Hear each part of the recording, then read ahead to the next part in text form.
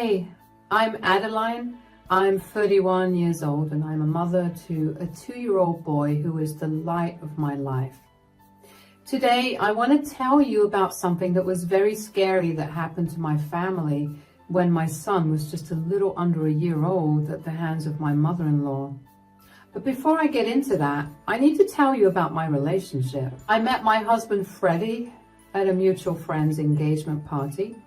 We had been sitting at the same table, and so we got to talking. We quickly realized that we had a lot in common and exchanged phone numbers.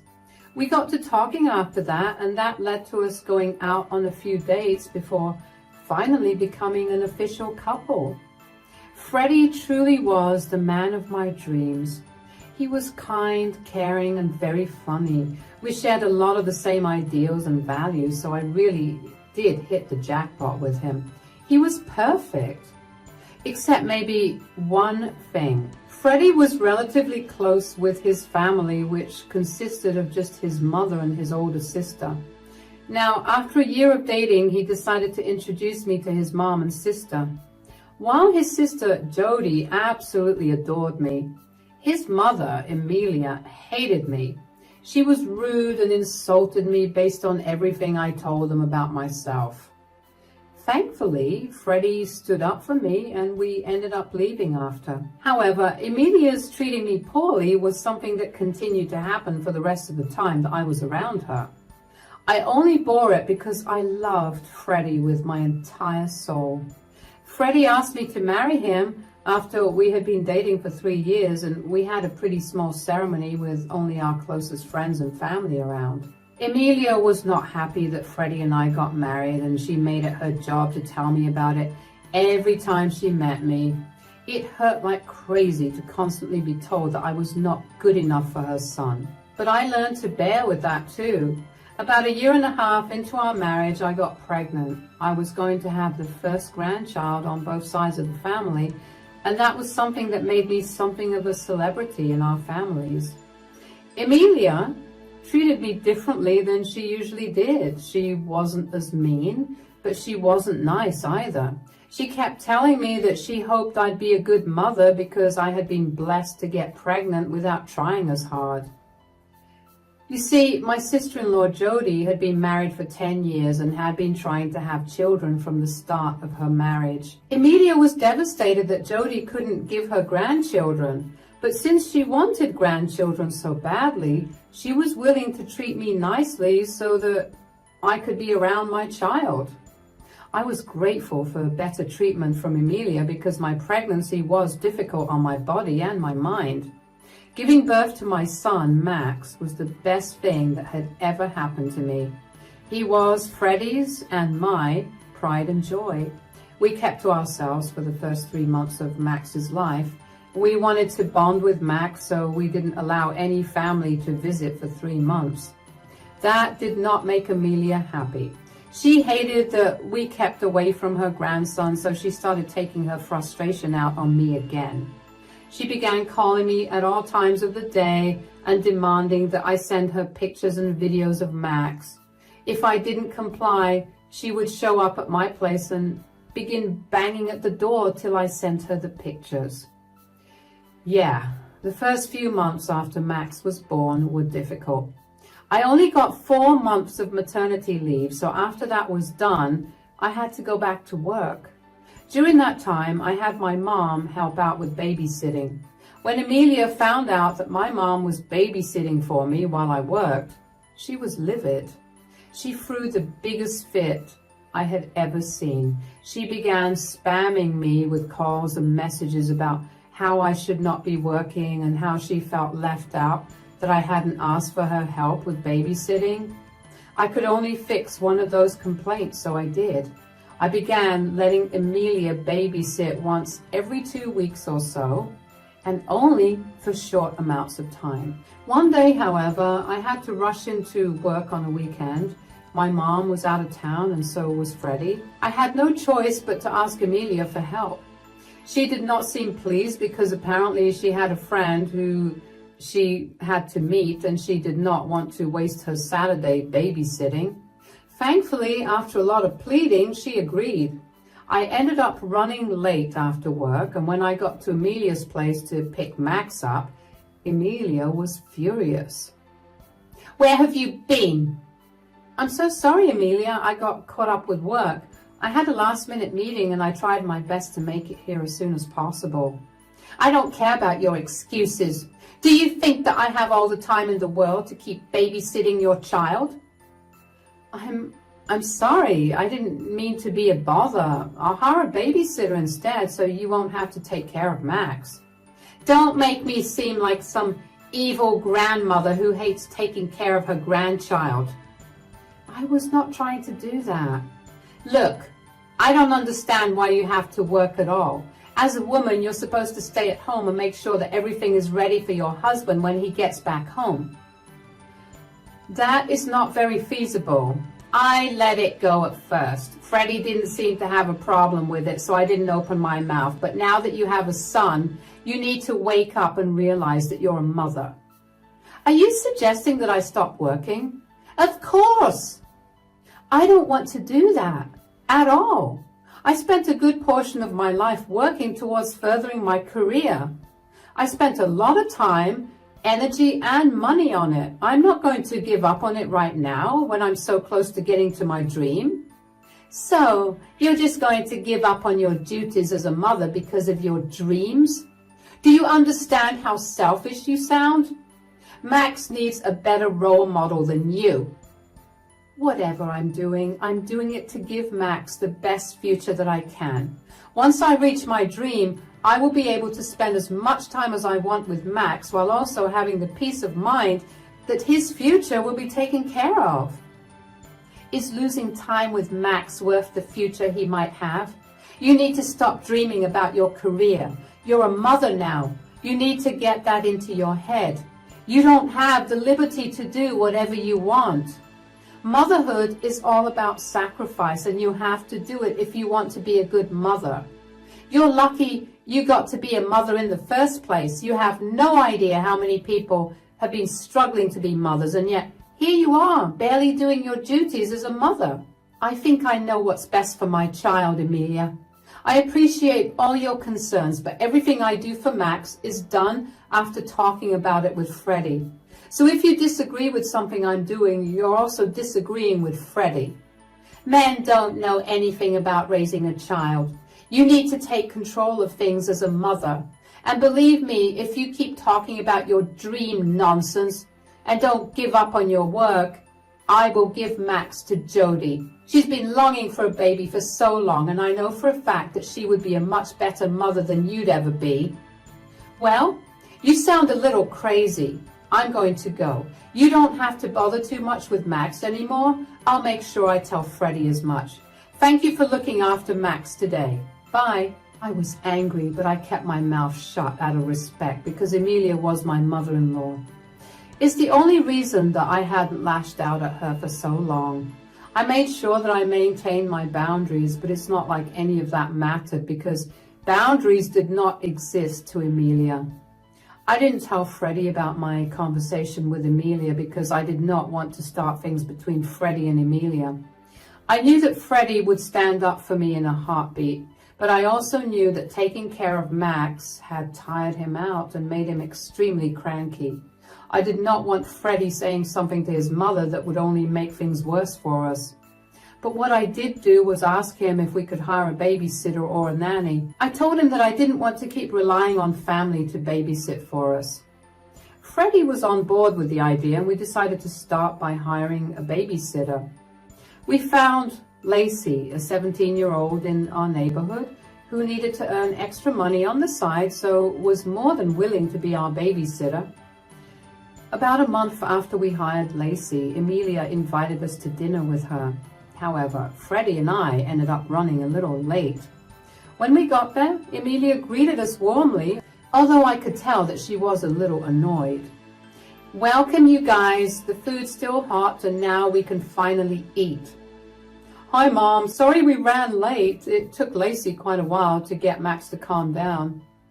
"Who's Lacey? Did you finally divorce that sorry excuse of a wife?" "What? No." "No, Emilia, I'm still here.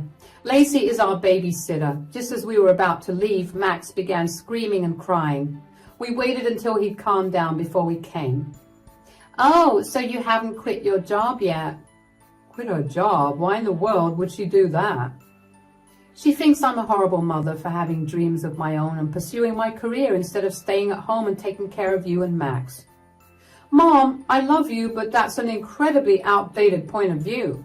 It may be outdated, but it started because it was the right way of life. I did that and I lived a very fulfilled life. I don't understand why it's so hard for Adeline to follow. It's not hard for me to follow. I just don't want to do that. I respect you for being able to do that, but in the most respectful manner, that kind of life feels constricting and boring to me.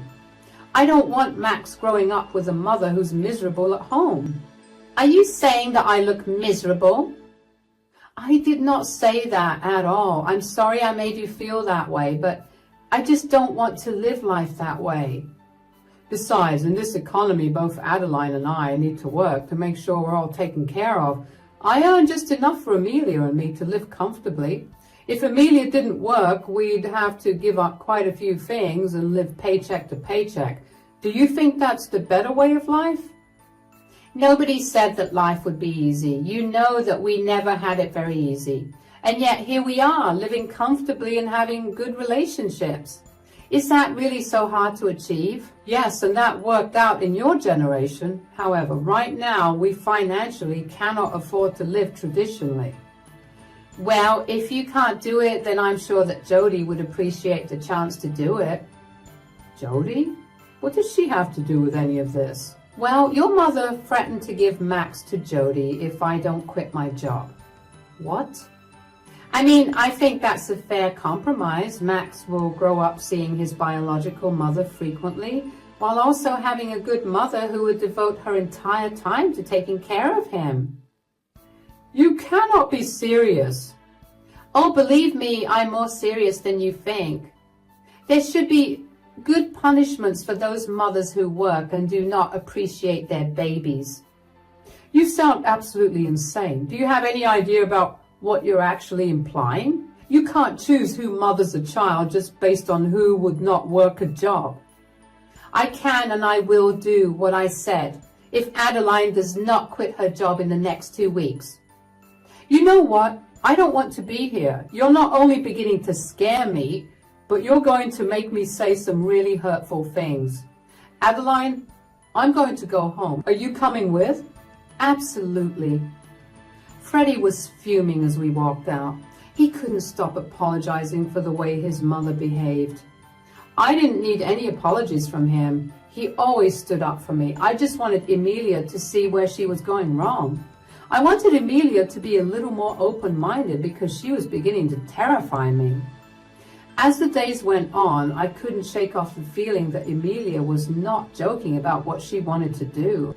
I discussed my fears with Freddie, and he, too, had been feeling the same way. We wanted to take matters into our own hands, so the first thing we did was call Jody, Freddie's sister. We asked her if we could meet up for lunch, and she said yes. Now, Jody and I actually had a great relationship. We became really close after Freddie first introduced us to each other. I knew that there was no way that Jody would be on board with Amelia's plan. Yes, she wanted to have kids of her own, but Jody would never want to take away another mother's child. We got to the restaurant first, and Jody got there 15 minutes after us. She greeted us happily before quickly realizing that we were behaving differently. Hey guys, is everything all right? Yeah, we just needed to talk to you about something. I hope I'm not in trouble for anything. Not really. Okay, you guys are really serious. You're beginning to scare me. Just spit it out already. Your mother has been saying some concerning things recently. We needed to talk to you about it. When is Mom not saying some concerning things? Yeah, I know, but this time it's different. She sounded a little too serious. Oh? What did she say? Well, to give you a little background information, she does not like the fact that I'm a working mother, and she thinks that I do not appreciate Max enough. Huh?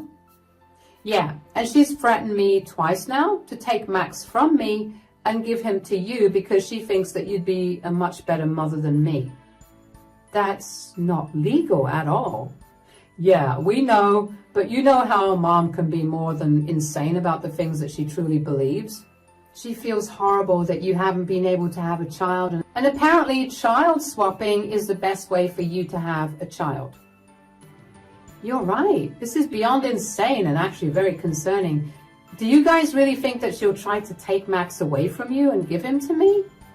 The thing is, we have no way of knowing. She seemed very serious when she was telling us about it, but I have no idea how she could go about doing that. I know that we're close and that I know you well enough to know that you would not want what Emilia's planning to do, but I just wanted to hear you confirm that for me.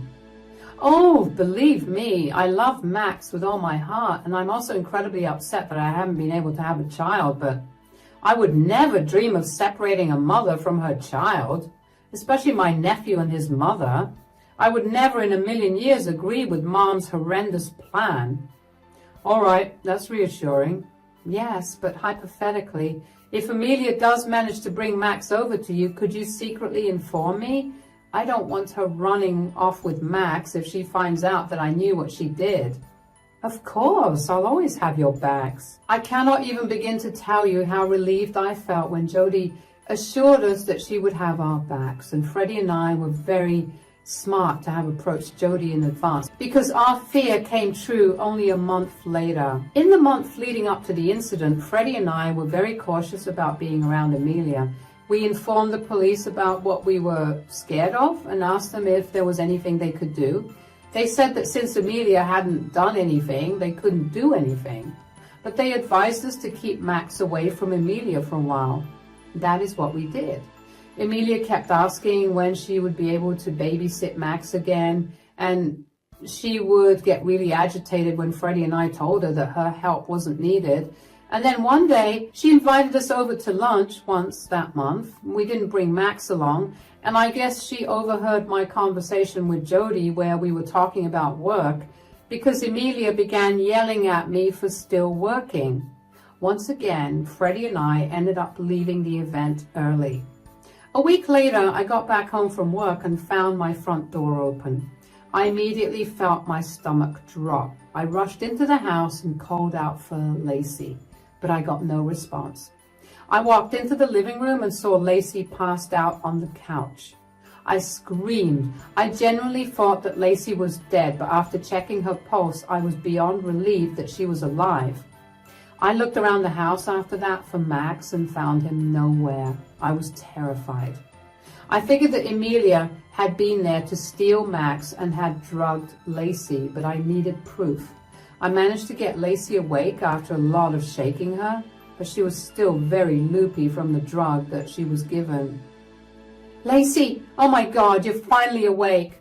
Oh, my head hurts really bad. What happened? That's what I need to know as well.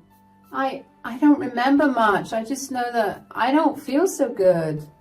Okay, I need you to focus on me. Max is not here and he may be in danger. Could you please try to focus and tell me who did this to you?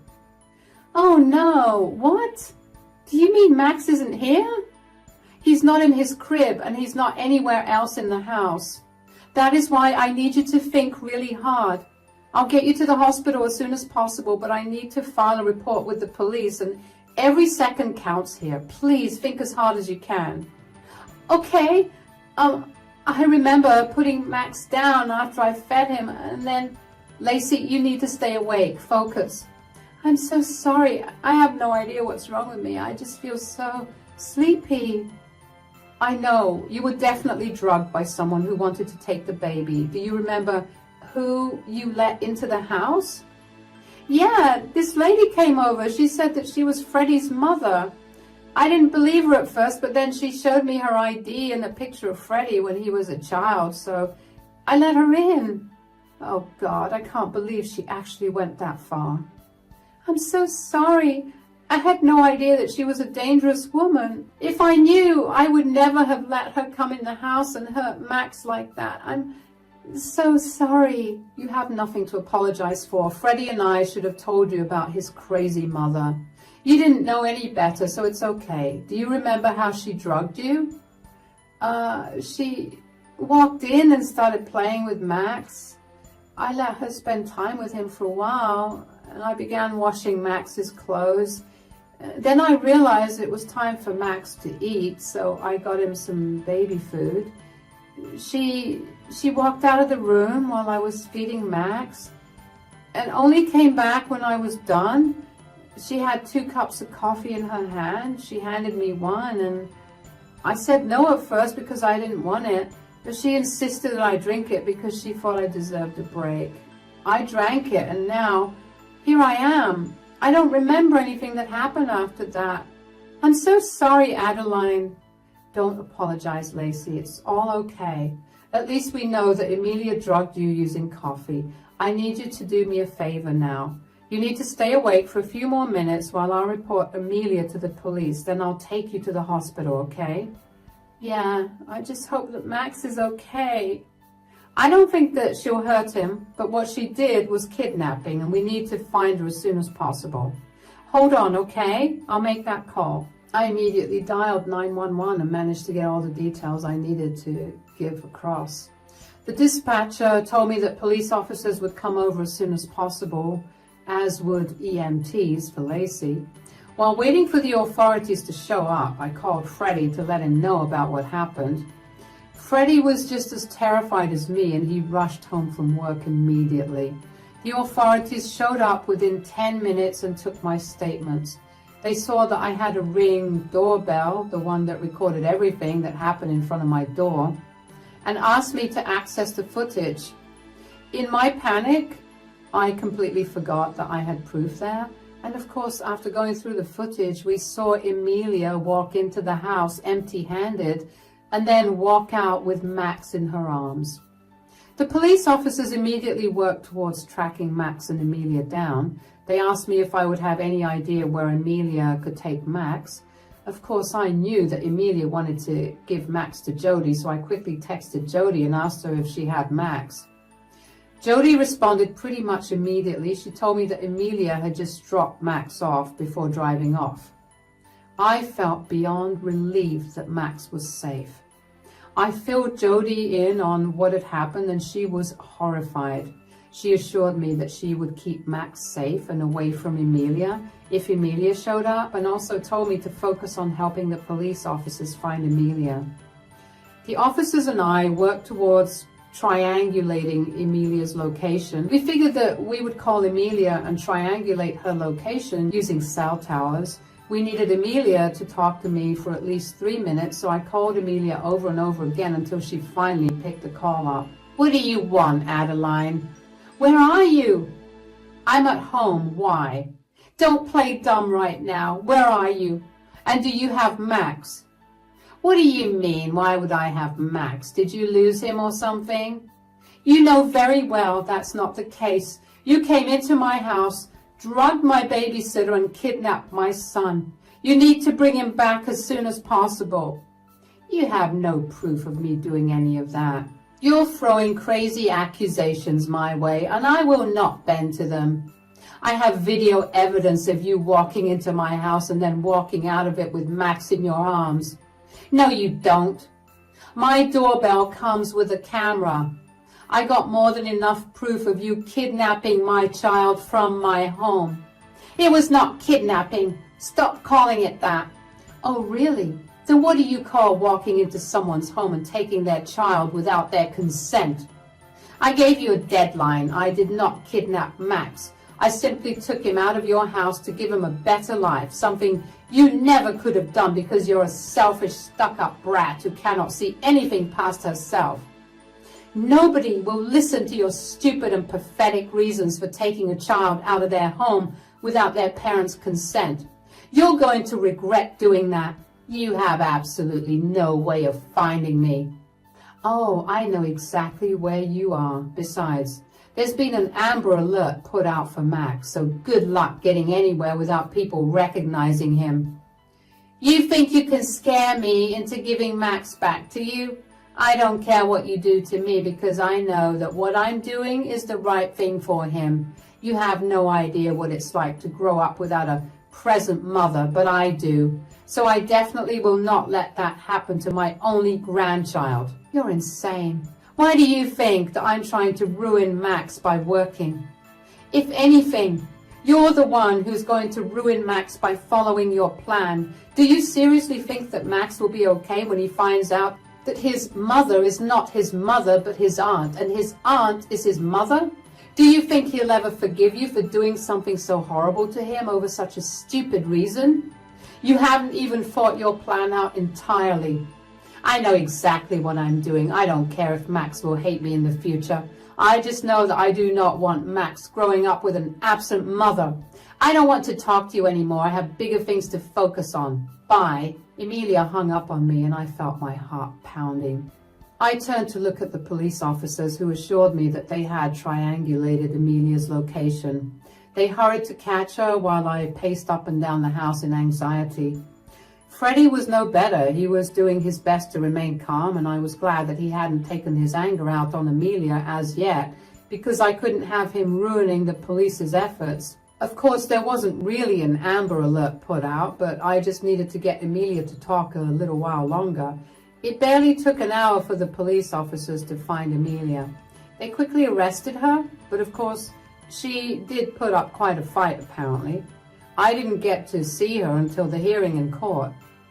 Emilia's lawyers tried to defend her to the best of their abilities, but I guess she never told them about just how hard she tried to get me to give Max up. I had screenshots of text, videos, and audio recordings of Emilia telling me I was a horrible mother and how she wanted to give Max to Jody. There was not much to defend, so Emilia was sentenced pretty quickly to 5 years in jail. Aside from that, she was also ordered to pay a hefty fine for drugging a minor and was sentenced to 150 hours of community service. Emilia did not hesitate to loudly admit in court after her sentencing how I was a horrible mother and that as soon as she came out of prison she was going to take Max away from me again, and the next time she would succeed. I was terrified, if I'm being completely honest, so I quickly got a restraining order against Emilia for our family. The judge granted it without even needing to hear anything more. After Emilia had been put in prison, I felt like I could finally breathe. I couldn't believe how my life had devolved into what it was, but I was honestly just glad that things were going to go back to normal. It took a while for me to get over my fear of losing Max, but after quite a few therapy sessions, I can successfully say that I'm a lot better now. Freddie and I are also doing better as a couple, and Lacey too has recovered well from being drugged. Rest assured, I'm still a working mother, and I even got promoted to a better position last month. I know that there's no way to look but up now. And I'm excited for the future because it's no longer overshadowed by dread about Emilia's involvement in it. Thanks for listening to my story.